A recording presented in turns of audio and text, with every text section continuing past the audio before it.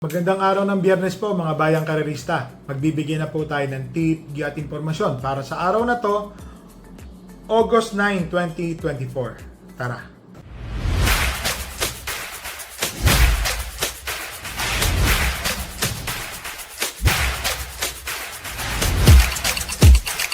So mga bayang karerista, meron pong hinandang 7 karera para sa araw ng Biyernes. Nakita ko lang po ang lineup.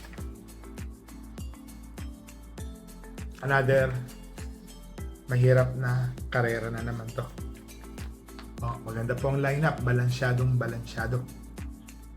So, ang start time po ng karera sa araw ng Biyernes ay sa ganap na alas 5 ng hapon. Race number 1, 3-year-old and above maiden race.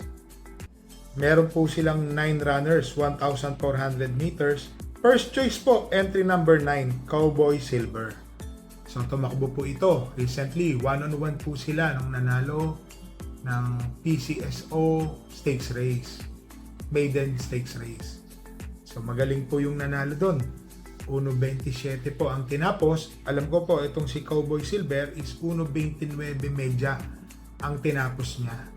Sa same distance po na 1,400. Tingin ko, nagsilbing batak po yung takbo na yun. Malaki po ang iuumento na itong kabayo na to. Ang second choice ko po dito, itong entry number 5, Bread and Butter. Ito pong si Bread and Butter, muntik po niyang talunin. Super mega outstanding na si High Intensity. Nagkatalo lang po sila ng kalahating katawan or ulo, parang gano'n, dikit na dikit po yun eh. So tingin ko po, malaki po ang panalo nito. Naglagay po ako ng third choice, Sea Rice o Neil Cortez. Napanood ko po kasi yung barrier neto, hindi po itong pinakabago, yung nauna pa na barrier neto, masama pala ito gumate. Paluhod po, 4 months ago, medyo pasubasog po o napaluhod.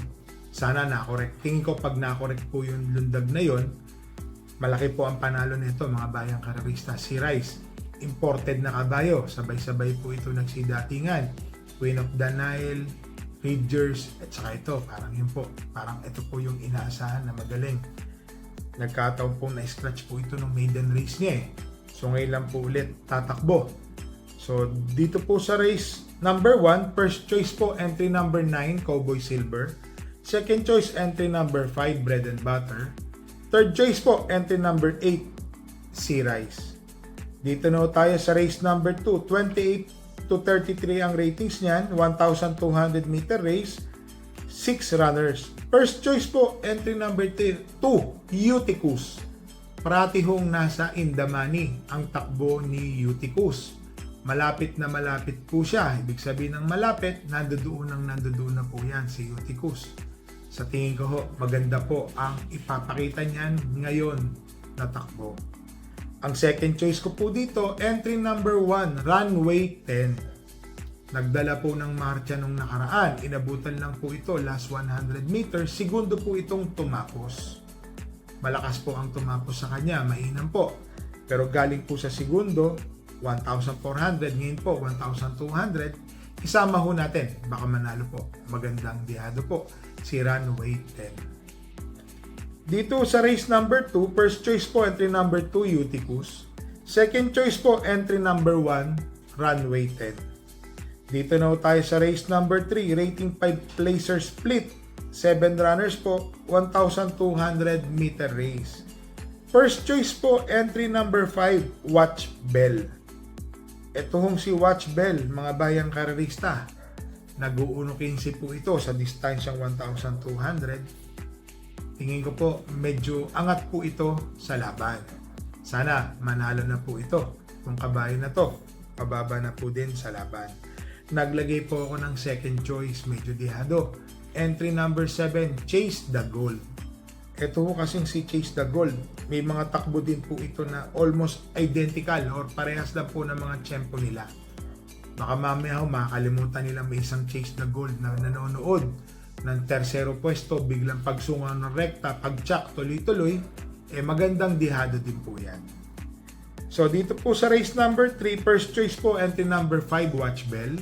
Second choice entry number 7, Chase the Gold. Dito na tayo sa race number 4. 6 to 10 split ang ratings niya. 9 runners, 1,400 meter race. May kabayo po tayo dito. Ginawa ko na po siyang pang-primera. Entry number 7, Great Connection. Sana ho makaraos. Unang-una ho, ang problema po ni kabayo, meron lang po siyang pamatay na 600 o 2 kwartos.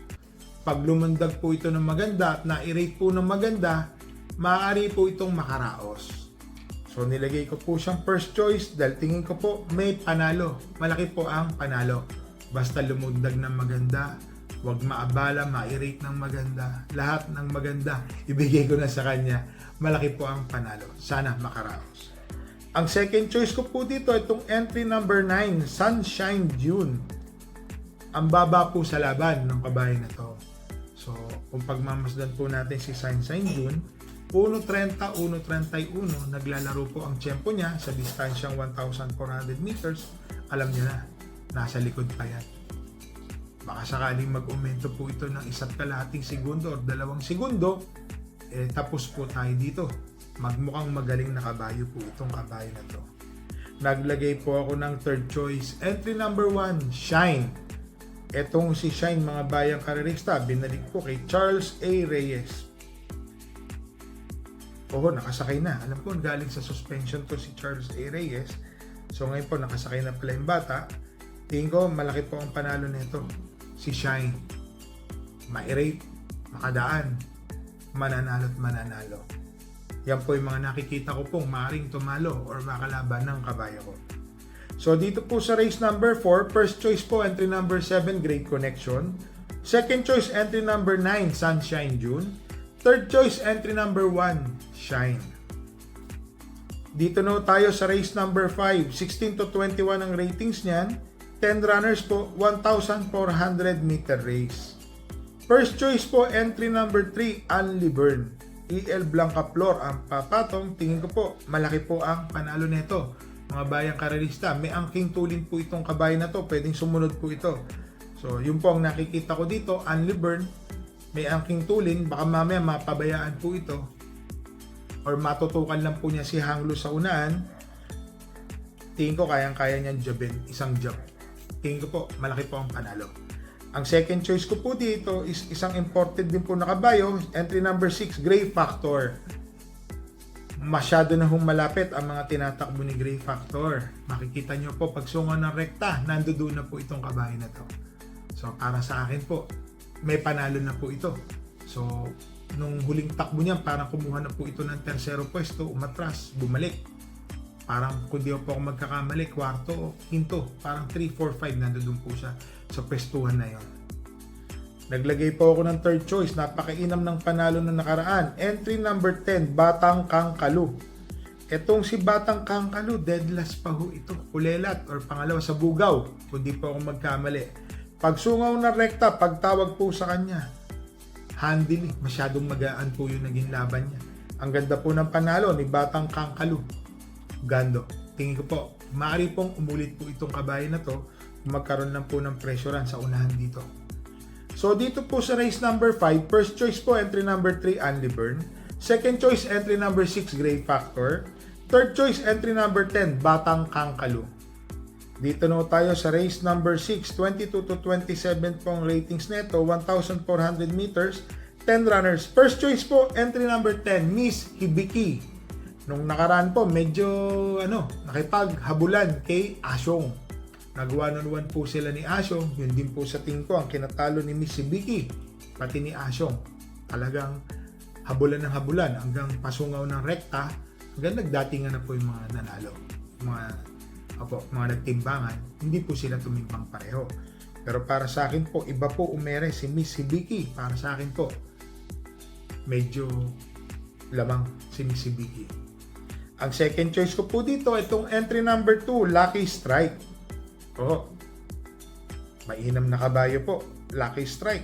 1.26 ang ginagawa niya sa distansyang 1,400 meters. Tingin ko, mananalo po ito. Alam niyo na, kalabitin lang.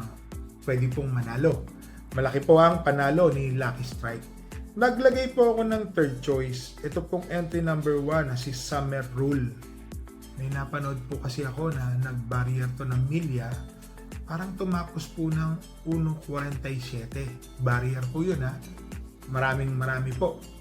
So sa tingin ko po, yung barrier na napanood ko na yun, testament po na mabuti na po yung kabayo na to. Para sa akin po, may panalo po ito, third choice. Meron po akong kabayo dito, entry number 4, Hills Magic.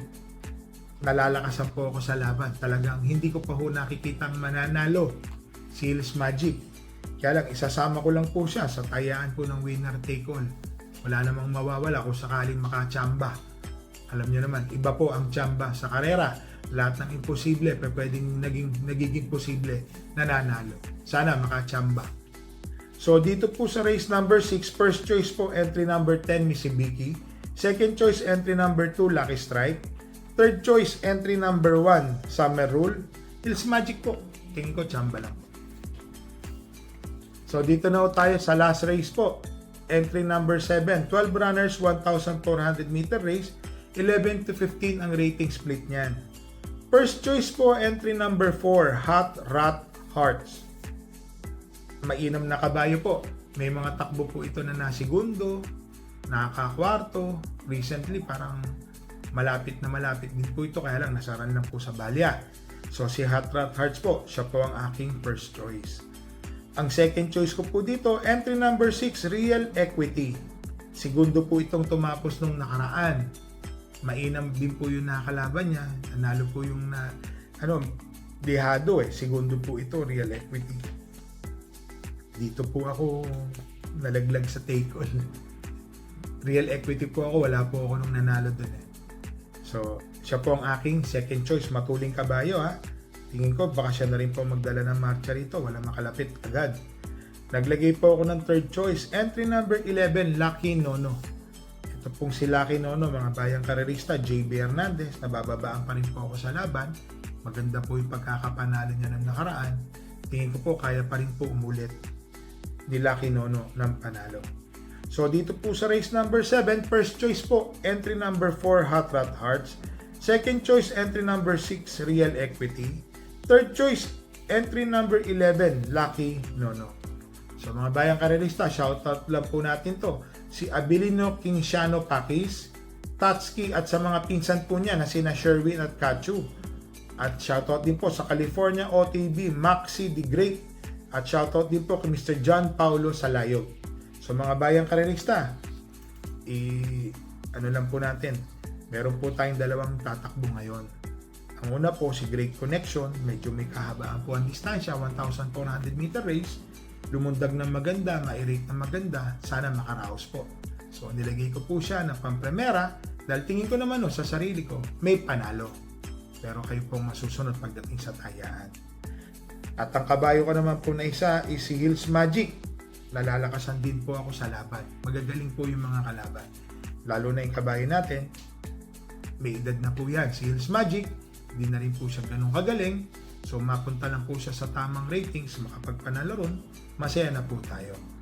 Pero isasama ko lang po siya sa exotic. Malay po natin, bigla po mag-komento. Hindi po natin masasabi kung ano po ang kayang itakbo ng kabayo, pwedeng magbago, ganun po kabilis. So mga bayang karerista, i-remind ko lang po kayo ha. Bet small, win big, bet big, lose big. Dala po tayo ng payong at maiinom na tubig. Medyo may pagkamainit at biglang umuulan po. So mga bayang karerista, happy racing po and stay safe po sa inyo lahat.